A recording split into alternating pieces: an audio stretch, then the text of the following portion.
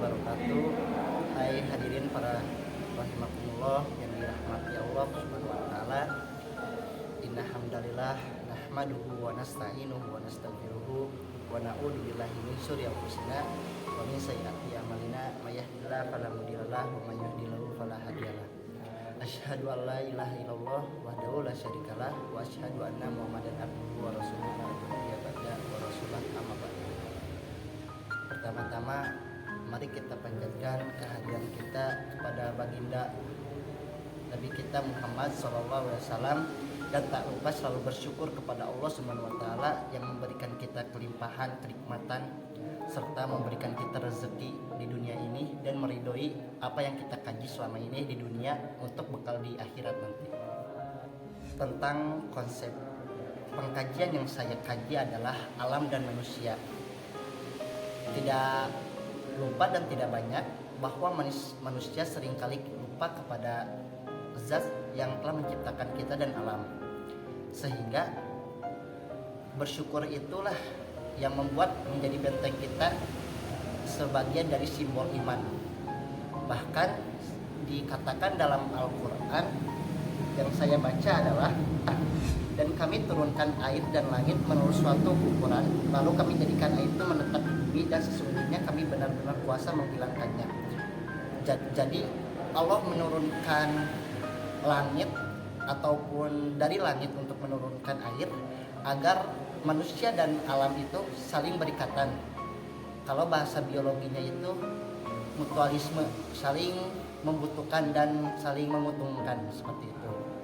Lalu seperti apa gitu untuk kita menjadikan alam dan manusia itu sebagai simbol ibadah, bahwasanya alam dan manusia itu suatu akhir akan menjadi musnah dan dipertanggungjawabkan ketika di yaumil akhirat nanti.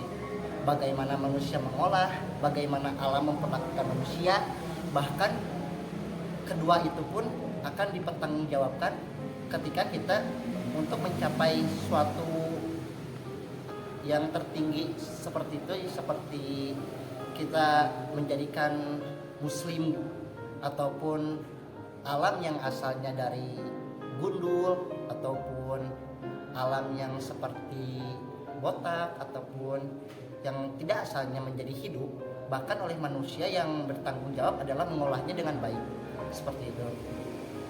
Kemudian alam dan manusia itu merupakan suatu makhluk hidup. Pada dasarnya orang yang bernyawa ataupun makhluk yang bernyawa pasti akan mati. Dalam hadis dikatakan kullu nafsin dha'iqatul maut. Setiap yang bernyawa ataupun yang berjiwa akan merasakan mati dan kembali kepada Sang Maha Kuasa. Maka dari itu manusia dan alam saling menjaga ataupun saling berikatan untuk memperbaiki satu sama lain, agar kelak Allah mempertanggungjawabkan kepada kita, alam dan manusia itu menjadikan suatu khalifah untuk manusia agar menjaga alam dengan baik. Oleh karena itu, sebagai mestinya kita manusia jangan merusak alam tersebut, karena orang yang merusak itu adalah orang-orang yang rugi, dan Allah tidak menyukai orang yang merusak alam.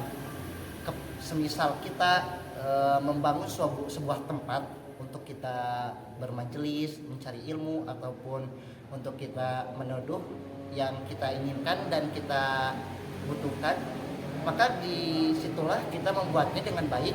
Namun seseorang yang menitip ataupun meneduh di tempat yang kita buat, orang itu merusak. Dan apa yang kita rasakan kepada orang itu sehingga kita merasa kesal dan panas hati kepada orang itu. Sebagaimana itu, walaupun Allah Maha Pengampun ataupun mengetahui, tetapi kita harus yang mempunyai akal. Manusia yang mempunyai akal adalah manusia yang senantiasa berpikir dengan jernih untuk menjaga alam tersebut. Oleh karena itu, marilah kita sama-sama menjaga dengan baik, dan terus apa yang alam kurang ataupun alam yang tidak baik, pada dasarnya itu akan berdampak feedback kepada manusia juga. Jadi pesan dari saya, marilah kita bertumbuhkan peduli alam sebagai bentuk sebuah rasa cinta kita, sebuah bentuk iman kita untuk mengikhlaskan hal tersebut sebagai diri kita, sebagai mestinya kita contoh hal dasar saja, semisal kita menjaga alam dengan membuang sampah pada tempatnya, ataupun menanam pohon yang gundul, ataupun membersihkan hal-hal yang kotor, semisal ketika pohon gugur kita sapukan dan kita buang pada tempatnya, bahwasanya hal tersebutlah menjadi simbol kita cinta kepada alam tersebut. Tidak hanya cinta terhadap alam itu menjadikan kita kan lebih indah kita lihat, semisal kita berkunjung ke suatu pegunungan atau puncak disebut istilahnya, kalaupun gunung-gunung tersebut sudah meletus ataupun gunung-gunung tersebut gundul, apa yang kita rasakan ketika puncak? Tidak dapat melihat view yang indah. Jadi kepada feedback kita tidak ada perasaan senang ataupun gembira untuk merasakan hal-hal alam yang indah. Oleh karena itu dari saya mengingatkan, ayo semua kita mencintai alam. Mungkin dari saya yang mengkaji oleh pengetahuan saya cuma segitu.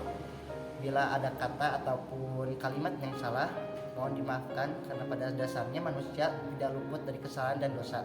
Billahi taufiq wal hidayah. Nun wal qalami wa ma yasturun. Fastabiqul khairat. Wassalamualaikum warahmatullahi wabarakatuh.